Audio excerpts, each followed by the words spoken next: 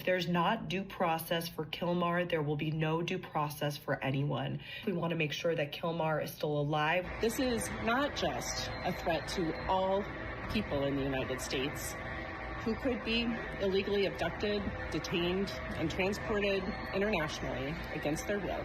Guys, he's not coming back. Like, I don't understand why you keep going down there. The El Salvadorian president already said that he's not going to allow him to leave, right? So you doing that is irrelevant. You then charging the White House while saying if he does not, if Trump specifically does not bring him back, then he's going to be charged with contempt. Bro, you know that he's not going to. The El Salvadorian president already said he's not going to, right? So you just want to add more things. Like, you understand, if you keep doing these things, you're not really moving people away that are already kind of on the side of the right, for example. You're not going to move people away. All you're going to do is piss off your base that's incredibly emotional, exclusively emotional, not logical, because if it was logical, you'd understand that this guy specifically should not be here. Right? If it was logical, he's already basically admitted in open court in 2012 that he, in fact, came into the country illegally. All right, he never said he had any issue in his country up until like 2020, guys. Right? Until then he was like, "Listen, you can't send me back. I'm afraid for my life." Then he gets to El Salvador and openly admits he's not afraid at all to be here. Okay, so like, what's going on here, guys? This is also the same guy that is publicly known now for putting his hands on his wife multiple times. You are literally. This is not the one, guys. Right? If you want to fight for another one, find someone else who's been caught up in some type of raid as collateral. Find someone else, because this is not the guy. This is the same guy that was also charged for, moving people, basically considered a foot soldier in MS-13. Right? Like, he's a soldier. He's not yet, fully in. If that makes any sense here, guys. But he's absolutely, in fact, in training. Okay, this is what we know publicly. This information is not new. It's not. But either way, let's go and jump into it. Let's see where this video takes us, guys. This is a suggestion via Discord. The top priority for Democrats right now doesn't seem to be fighting violent crime or helping students succeed or getting our homeless veterans off the streets. It appears to be catching flights to El Salvador to meet with an illegal alien who I guess they think is the photo op of the century. They do. Maryland Senator Chris Van Hollen was the first Democrat to make that journey. He sat down with the man that the White House has accused of being MS-13. A group of House Democrats followed then in Van Hollen's footsteps. If there's not due process for Kilmar, there will be no due process for anyone. We want to make sure that Kilmar is still alive. This is not just a threat to all people in the United States who could be illegally abducted, detained, and transported internationally against their will. This is what we all have been calling a constitutional crisis. We're here to raise awareness. He's not American. I mean, are we specifically looking at the El Salvadorian Constitution, or like which one? Because our Constitution is for Americans. It has nothing to do with people that came into the country specifically illegally in 2012 and admitted it in open court. All right. So which one is it? He's still, in fact, the El Salvadorian citizen. Which Constitution are you referring to? But either way, that Kilmar needs to come home. We need to build support here in El Salvador, but also in the United States. He must come home. Where is the constitutional crisis actually written down on a Post-it note for Democrats to say over and over about a ton of different issues? Anyway, Florida Congressman Maxwell Frost was among those Democrats who flew to El Salvador, and he spoke to Will Cain. You were there for an El Salvadorian man who was a resident illegally of Maryland. You're a congressman from Florida. Why are you in El Salvador? Every person in our country deserves due process, and we want to make sure that we draw the line here at Kilmar Garcia, because it's not just about him.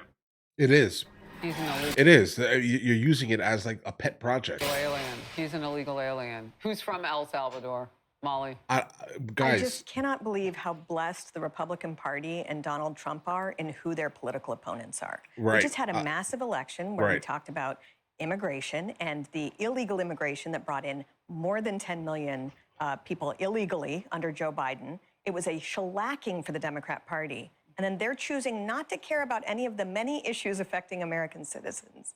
And instead, they're going to El Salvador to help someone who two countries view as a terrorist. Right. It just, It's just a horrible It's message ridiculous, to voters. guys. By It's the way, ridiculous. has already soaked up a lot of taxpayer dollars in and out of our courts. And 2 courts found that there was reason to believe that he is a member of MS-13, and he was on a final deport list anyway. So even if they bring him here, they have to kick him out anyway. Right, immediately. As much as it's a blessing politically for Republicans, though, it's a curse for their constituents. I was going through a few of those congressional districts earlier today, and you look at the unemployment rates, the educational levels, you know, the lack of upward mobility. You know, we saw this, to your point, in the election. People in Chicago, they were having these town halls like, you know, I mean, I've been living in Chicago in the housing projects for the 5th generation, and you've got these buses of people handing them credit cards and handing them luxury hotels. And when the hell did this happen?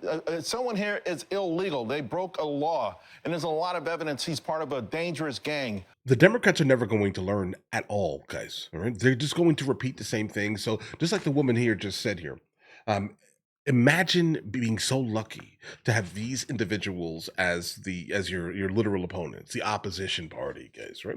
Imagine, because this is ridiculous. But they're not going to see it like this. They just see the emotional aspect of, you know, they don't want people deported in the first place here, guys. They don't. Make ends meet and to have hope for our own children.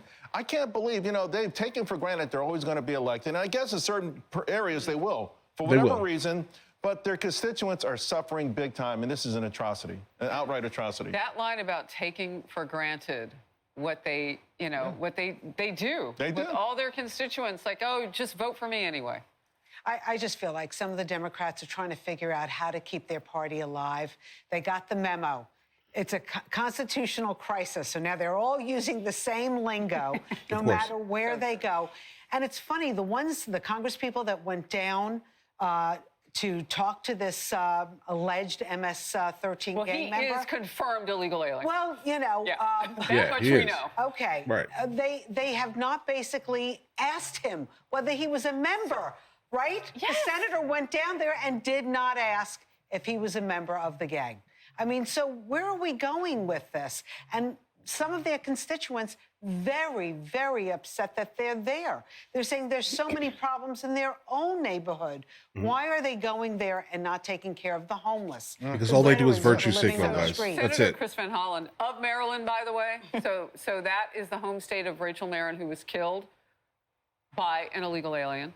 Haven't heard him even mention her name in this conversation. And never met with the family at all. Again, I mean, nobody went to El signaling. Salvador. He said he didn't ask this guy whether or not he was actually in the gang, as 2 courts have found evidence. And by the way, that was from the legacy media asked that question. They even were curious. Exactly. Right? It wasn't Fox News who asked. It was the legacy media. Yeah, Fox News is legacy media. Let's not get things confused at all. This is still, without a doubt, this is not independent media. This is, in fact, legacy media. Americans were demanding border security in this 2024 election. And it seems like very interesting timing that Democrats right now are continuing to do this media blitz. And, you know, as we pointed out, constitutional crisis, that is a term that each one of these representatives that went down has said. So obviously these are talking points. Obviously this is for media. And obviously it is, again, Democrats are very out of touch of what Americans, their constituents, actually want. Because they don't care, Here's guys. my question. It's And emotions, this, you know, emotions, this case emotions. offers the Democrats a chance to attack the Trump immigration policy and the way that he's doing things because, well, they did come out and they said that there was an error, that he wasn't supposed to be deported, but now that he's there, it's up to the El Salvadorian. My concern is, real quick, Molly, and then I know you want to jump in, but my concern is that this gives some fuel to the Democrats as they're yelling about due process. And so for President Trump, what he needs to demonstrate is it's not a power grab and that he will follow the judicial process because he got a lot of centrist voters in this last election. Definitely. And if he wants to maintain that support, he has to make sure that he's following the judicial process. Just a point of clarification really quick. I'm sorry. Say this, and maybe you can back me up on this. What was decided wasn't that he should not be deported. He shouldn't have gone to El Salvador because he made the argument in court that if he went there, his rival gangs would kill him. Which they that was before. How Not can you in a say gang. he's not a part of the gang? No, Right. that's exactly right. He was actually supposed to be deported. After he goes through the whole deportation proceedings, then he comes up with a claim that many years prior, some member of his family might have been targeted by some gang. It was a very last-ditch attempt to stay in this asylum. country. But that was a mistake, that he should have been sent to a different country, I guess, than El Salvador. And by the way, he didn't claim asylum or anything else until after That's absolutely factual, what you just stated here. he was picked up by ICE, and that's something that people have to remember as Because he well. was hiding in plain sight. He was living just a here life illegally. He had already been, law enforcement had picked him up a couple times. Multiple he had the domestic times violence complaint with his from wife. his then girlfriend or wife. I mean, it doesn't seem like he's the greatest guy, and I'm not sure Democrats really want this to be their poster child of who they're there to support. And the They don't constitutional care. crisis is that you can come into this country illegally,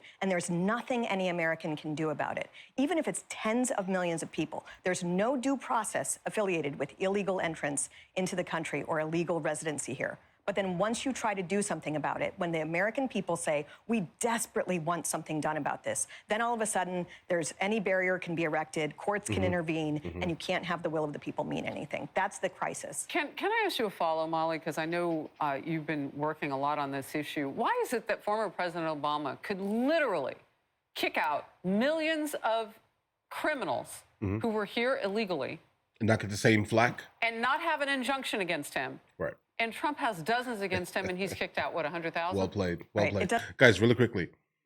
Obama was considered the deporter in chief. All right. Keep that in mind here. Tom Homan came from Obama. I just want you to know how interesting this is. Obama deported a lot of people, and no one ever spoke about it. Like the only people that were actually speaking about it seriously were like mainly like the Latino community specifically. They were speaking about how Obama was like deporting everybody type of thing. But other than that, yeah, the Democrats were moderately silent. And to Harris's point here, it definitely is interesting that that's a thing. They just don't like Trump. Like there's nothing to be concerned about here or confused about, to be honest. They really don't like him. They've labeled him the big bad guy. All right. And so that means that everyone's going to dump on him specifically. Right. He represents an era that they are in a rush to basically forget.